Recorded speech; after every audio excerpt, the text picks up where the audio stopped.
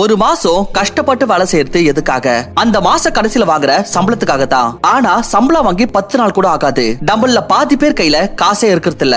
நிதி சுதந்திரம். ஒரு மனிதர் எப்ப நிதி சுதந்திரத்தை அடையறாருன்னு பாத்தீங்கன்னா மாசம் சம்பளம் வரும். பட் இருந்தாலும் சைடுல பாசிவ் இன்கமா எவ்வளவு சம்பாதிக்கிறாங்கன்றத பொறுத்து தான் நிதி சுதந்திரம் நிர்ணயிக்கப்படும். இப்போ ஒரு கம்பெனில ரெகுலரா வேலை செஞ்சு வாங்குவோமே இன்கம், அத ஆக்டிவ் இன்கம்னு சொல்லுவாங்க. பாசிவ் இன்கம்னா நம்ம டேலண்ட் ஸ்கில்ஸை யூஸ் பண்ணி எக்ஸ்ட்ரா கரிக்குலர் மூலமா சம்பாதிக்கிறோமே, அத பாசிவ் இன்கம்னு சொல்லுவாங்க. ஞாபகம் வச்சுக்கோங்க, எப்பவுமே ஆக்டிவ் இன்கமை விட பாசிவ் இன்கம் தான் ஜாஸ்தியா இருக்கணும். அப்பதான் ஃபைனான்சியல் ஃப்ரீடம் ஸ்டேட்டஸை நம்மளால அச்சீவ் பண்ண முடியும். ஒரு ஷாக்கிங்கான விஷயம் என்னன்னா 90% மக்கள் வெறும் அவங்களோட மெயின் சோர்ஸ் ஆஃப் இன்கம் மீது மட்டும் தான் ஃபோக்கஸ் பண்றாங்க. பாசிவ் இன்கம் பத்தி நினைக்கிறதே இல்ல. பட் கவலை மட்டும் படுவாங்க, காசே இல்ல, சம்பாதிக்கிறது பத்தவே இல்லன்னு. ஆனா அதுக்கான வழியை ஏன் கண்டுபிடிக்க மாட்டாங்கன்றது தான் என் கேள்வியா இருக்கு. இந்த கேள்விக்கான பதில தான் இந்த வீடியோல நம்ம பார்க்க போறோம். ஃபார் எக்ஸாம்பிள், இப்ப 20-25 தேதி வர்றப்போ உங்க பர்ஸ்ல சம்பளம் வாங்குறதுக்கான தடையுமே இல்லனா, அப்பதான் நம்ம யார்கிட்டனா கடன் கேட்போம், இல்ல எதனா ஆப்ல வாங்கலாமான்னு பல விஷயம் யோசிப்போம். ஆனா இதுவே உங்களுக்கு பாசிவ் இன்கம் வந்துட்டு இருந்துச்சுன்னா இந்த மாதிரியான பிரச்சனைகள் நடக்கவே நடக்காது. நீங்க காலையில 9 மணில இருந்து சாயந்தரம் 5 மணி வரைக்கும் 9 to 5 ஜாப் பண்றீங்கன்னு வச்சுக்கோங்களேன். முழு நேரம் வேலை பாக்குறீங்க, ஓகே. ஆனா வீட்டுக்கு 6 மணிக்கு வரதா நம்ம அசியூம் பண்ணிப்போம். 6 மணில இருந்து 9 மணி வரைக்கும் 3 மணி நேரம் எக்ஸாக்ட்டா சூப்பரான டைம் இருக்கு. அந்த 3 மணி நேரத்தை சரியான முறையில அப்படி நீங்க யூஸ் பண்ணிட்டீங்க அப்படின்னா ஆக்டிவ் இன்கம் விட பாசிவ் இன்கம் ஜாஸ்தியா நம்மளால சம்பாதிக்க முடியும். சோ வேலைக்கும் போகலாம், கூடவே எக்ஸ்ட்ராவா சைட்லயும் சம்பாதிக்கலாம். அண்ட் இதை விட மெயினா அப்படி நாளைக்கு உங்களோட வேலையை போயிடுச்சுனாலும் சரி, இந்த பாசிவ் இன்கம் உங்களுக்கு ஒரு எக்ஸ்ட்ரா சேஃப்டியாக இருக்கும். அப்படி நீங்க மேற்கொண்டு வேலைக்கே போலனாலும் உங்க சைடு இன்கம் உங்களுக்கான சம்பாதியத்தை கொடுக்கும். இப்போ ஒரு சாதாரண நபர் பாத்தீங்கன்னா பிசினஸ்ல இன்வெஸ்ட் பண்றது இல்ல சொந்தமா வேலை ஸ்டார்ட் பண்றது ரிஸ்கின்னு சொல்லுவாங்க. அதுவே ஒரு புத்திசாலியான நபர் சொல்லுவாரு, இருக்கத்திலே ரொம்பவே ரிஸ்கி ஒரே இன்கம் சோர்ஸ் மீது டிபெண்ட் பண்றது தான். சோ அப்படி நீங்க இந்த ரிஸ்க் எடுக்க வேண்டாம்னு விரும்புறீங்கன்னா இன்னைக்கு நான் உங்க கூட 5 practical side income idea share பண்ண போறேன். இது நீங்க உங்க ஃப்ரீ டைம்லயே ஒரு கம்மியான எஃபர்ட்லயே ஒரு நல்ல சைடு இன்கம் ஜெனரேட் பண்ணி கொடுக்கும். நீங்க இதுல இருந்து ஒண்ணு இல்ல ஒண்ணுக்கு மேல எதன் மீதுனால ஒர்க் பண்ண ஆரம்பிக்கலாம் அண்ட் உங்களுடைய ஃபைனான்சியல் கண்டிஷனை மாத்திரலாம். So let's begin. ஃப்ரெண்ட்ஸ், உங்க இருக்க சில வெப்சைட்ஸ்களோட பேர்கள் இருக்கு. இது பாக்கிறதுக்கு வேணும்னா உங்களுக்கு ரொம்ப சாதாரணமா தோணலாம். carinsurance.com இல்ல insurance.com ரெண்டுமே பாத்தீங்கன்னா ஒரு காமனான பேர் தான். ஆனா நீங்க கேட்டு ஷாக் ஆயிடுவீங்க, இந்த சாதாரண தெரியுற பேர்கள் பில்லியன்ஸ் ஆஃப் டாலர்ஸ்க்கு செல் ஆயிருக்கு. இதுல carinsurance.com உடைய பிரைஸ் வந்து $49.7 மில்லியன் அண்ட் insurance.com உடைய பிரைஸ் வந்து $35.6 மில்லியன் அண்ட் மிச்சத்தோட பிரைஸ்ங்களையும் நீங்க இத பாருங்க. இப்போ நீங்க யோசிச்சுட்டு இருப்பீங்க, நான் ஏன் உங்களுக்கு இது காமிக்கிறேன்னு. ஃப்ரெண்ட்ஸ், நான் உங்களுக்கு இது காமிக்கிறதுக்கு காரணம் என்ன பாத்தீங்கன்னா, இது ரொம்பவே ஒரு பவர்ஃபுல்லான சைடு இன்கம் சோர்ஸ். இத டொமைன் ஃபிளிப்பிங் இல்ல டொமைன் ரீசெல்லிங்னு சொல்லுவாங்க. நீங்க இந்த பிசினஸ் எங்க இருந்தாலும் ரிமோட்லி உங்களோட மொபைல்ல இருந்து ஒரு சின்ன இன்வெஸ்ட்மென்ட்டோட ஸ்டார்ட் பண்ண முடியும். நான் குயிக்காவே சொல்லிடுறேன். முதல்ல இதோட ஒரு ஓவர்வியூ பார்க்கலாம். இப்போ ஒருத்தருக்கு அவருடைய வெப்சைட்டை உருவாக்கணும்னா அதுக்கு அவருக்கு ஒரு டொமைன் நேம் தேவைப்படும். அதாவது இந்த ஒரு பேர்ல முழு இன்டர்நெட்லயும் பாத்தீங்கன்னா ஒரு டொமைன் தான் இருக்கும். ஃபார் எக்ஸாம்பிள் youtube.com பாத்தீங்கன்னா இது ஒரு டொமைன் அண்ட் இந்த மாதிரி வேற ஒரு டொமைன் இந்த மூணு இன்டர்நெட்லயும் பாத்தீங்கன்னா வேற எதுவுமே இருக்காது. அண்ட் இந்த விஷயத்தை தான் சில ஸ்மார்ட்டான ஆட்கள் அவங்களுக்கு லாபகரமா மாத்திக்கிறாங்க. சோ எப்படி அவங்க என்ன பண்ணுவாங்கன்னா, முதல்ல அவங்க சில டொமைன்ஸை வாங்கி வச்சுப்பாங்க GoDaddy மாதிரியான வெப்சைட்ஸ்ல இருந்து. அண்ட் பிறகு வேற யாரனா ஒருத்தருக்கு அந்த டொமைன் தேவைப்படுறப்போ அப்ப அவங்க கிட்ட வேற எந்த ஒரு ஆப்ஷனும் இருக்காது டொமைன் ரீசெல்லர்ஸ் தவிர. பிறகு டொமைன் ரீசெல்லர்ஸ் அவங்களுக்கு மனசு பிரகாரம் பிரைஸ் செட் பண்ணுவாங்க அண்ட் எதிர்க்க இருக்கிறவங்க ஒத்துக்க வேண்டியதா ஆகும். ஃபார் எக்ஸாம்பிள், எலான் மஸ்கோட கம்பெனி வந்து டெஸ்லா. இதோட டொமைன் நேம் tesla.com வந்து ஆல்ரெடி வேற ஒருத்தர் வந்து வாங்கி வச்சிருந்தாரு. இது அவர்கிட்ட இருந்து வாங்குறதுக்காக எலான் மஸ்க் வந்து $10 மில்லியன் பே பண்ண வேண்டியதானது. இதுதான் பவர் டொமைன் ஃபிளிப்பிங்கோட. உண்மை சொல்லனா மில்லியன்ஸ் ஆஃப் டாலர்ஸ்ல விற்கக்கூடிய டொமைன்ஸை கண்டுபிடிச்சு ஓவர் நைட்ல பில்லியனர் ஆகிறது ஒன்னும் பிராக்டிகல் கிடையாது. ஹவவர், நீங்க மலிவான டொமைன்ஸை டீசன்ட் பிரைஸ்ல செல் பண்ணி ஒரு generous amount of side income கண்டிப்பா உருவாக்கலாம். உங்களுக்கு ஒரு .com இமெயில் சில $100 கிடைக்க ஆரம்பிச்சிடும். இந்த மாதிரி சில நல்ல டொமைன்ஸ் எது உங்களுக்கு ஃபீல் ஆகுதோ இதுல நல்ல பொட்டன்ஷியல் இருக்குன்னு அதை நீங்க வாங்க முடியும். அண்ட் அதோட பிரைஸ் அதிகரிச்சு அகைன் அதே மார்க்கெட்லயே ரீசெல் பண்றதுக்கு நீங்க போடலாம். வேற இவ்வளவுதான், வேற எந்த எஃபர்ட் போடணும் நீங்க அவசியமே இல்ல. டொமைன் இண்டஸ்ட்ரி இது வந்து ஒரு growing இண்டஸ்ட்ரி. இதோட லாஸ்ட் இயர் பிசினஸ் பாத்தீங்கன்னா more than $9 பில்லியன் பண்ணிருக்காங்க. சோ நீங்க இந்த ஆழ் கடல்ல இருந்து உங்களுக்காக கொஞ்சமாச்சும் எடுக்க முடிஞ்சாலும் then trust me, நீங்க கண்டிப்பா ஒரு லாபத்துல இருப்பீங்க. நெக்ஸ்ட் சைடு இன்கம் ஐடியா வந்து யூடியூப். ஐ நோ யாரெல்லாம் யூடியூப்ல வீடியோஸ் போட்டு ஃப்ரஸ்ட்ரேட் ஆயிருக்காங்களோ அவங்க கண்டிப்பா கமெண்ட்ஸ்ல திட்டுவாங்க, யூடியூப் ஒர்க் ஆகாது, உனக்கு கிளிக் ஆயிடுச்சு, நீ நாலேஜ்ல சொல்லாத. பட் வேற யூடியூப் வந்து ஒரு ஃப்ளிக் தான். சோ இந்த மாதிரி ஆட்களுக்கு நான் வேற ஒண்ணுதான் சொல்லுவேன், முதல்ல நான் சொல்றத கேளுங்க, அதுக்கப்புறம் உங்களோட ஒப்பீனியனை உருவாக்குங்க.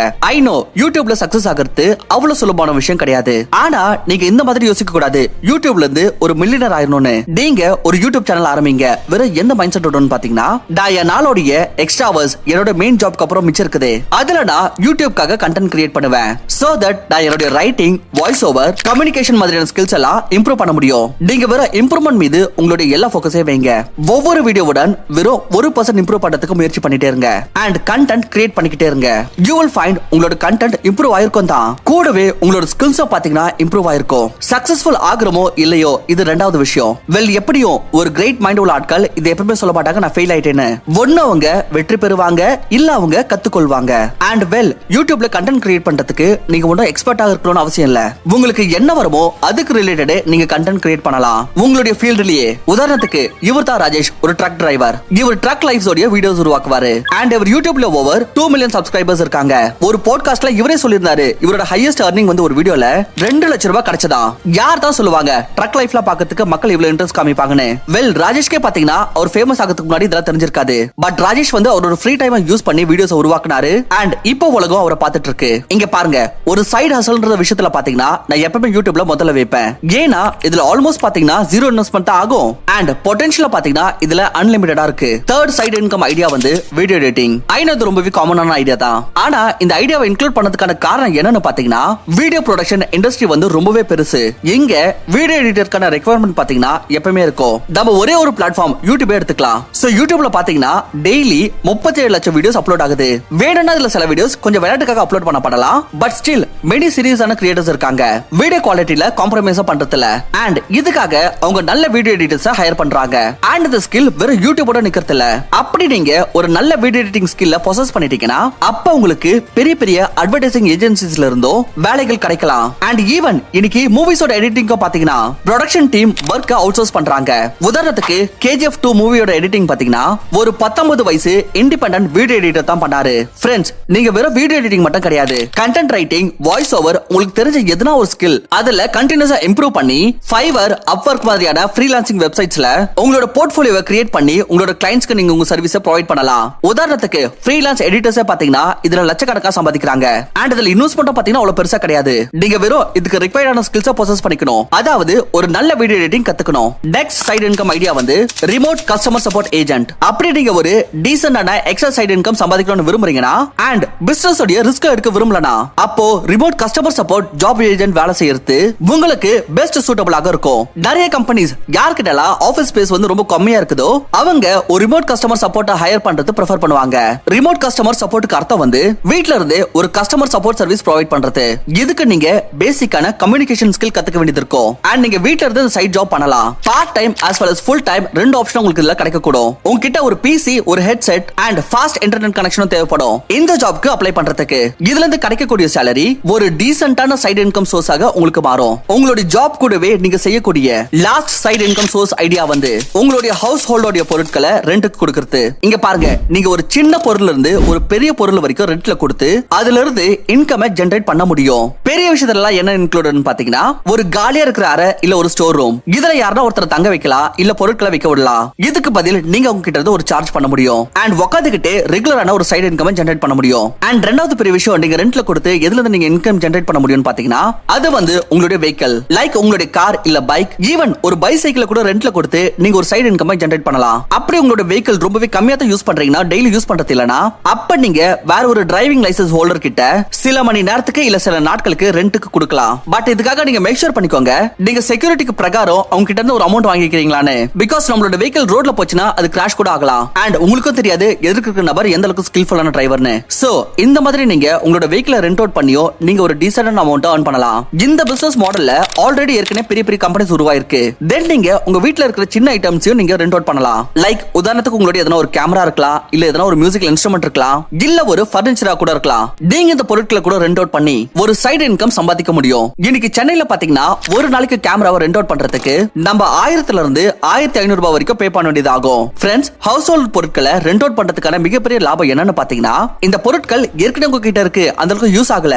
சோ ரெண்ட் பண்றதுனால இது யூஸ்க்கு ஆயிடும் அண்ட் உங்களுக்கு ஒரு டீசன்ட் சைடு இன்கம் கிடைக்கும். சோ ஏன் ஒபினியன்ல பாத்தீங்கன்னா இது ஒரு பிரமாதமான ஐடியா. ஃப்ரெண்ட்ஸ், இந்த வீடியோவை நீங்க இவ்வளவு நேரம் பார்த்துட்டு இருக்கீங்கன்னா கண்டிப்பா நீங்க ஒரு சீரியஸான பர்சன். சோ இப்பவே எதுவுமே யோசிக்காம போய் உங்களுடைய முதல் ஸ்டெப்பை எடுங்க. ஃபர்ஸ்ட் ஸ்டெப் எடுக்கிறது மட்டும் தான் கஷ்டம். ஸ்டார்ட் பண்ணிட்டீங்கன்னா வேலை ஆட்டோமேட்டிக்கா போயிடும். அண்ட் கண்டிப்பா ஒரு நாள் இந்த வீடியோ பார்த்ததுக்காக நீங்க நன்றி சொல்லுவீங்க.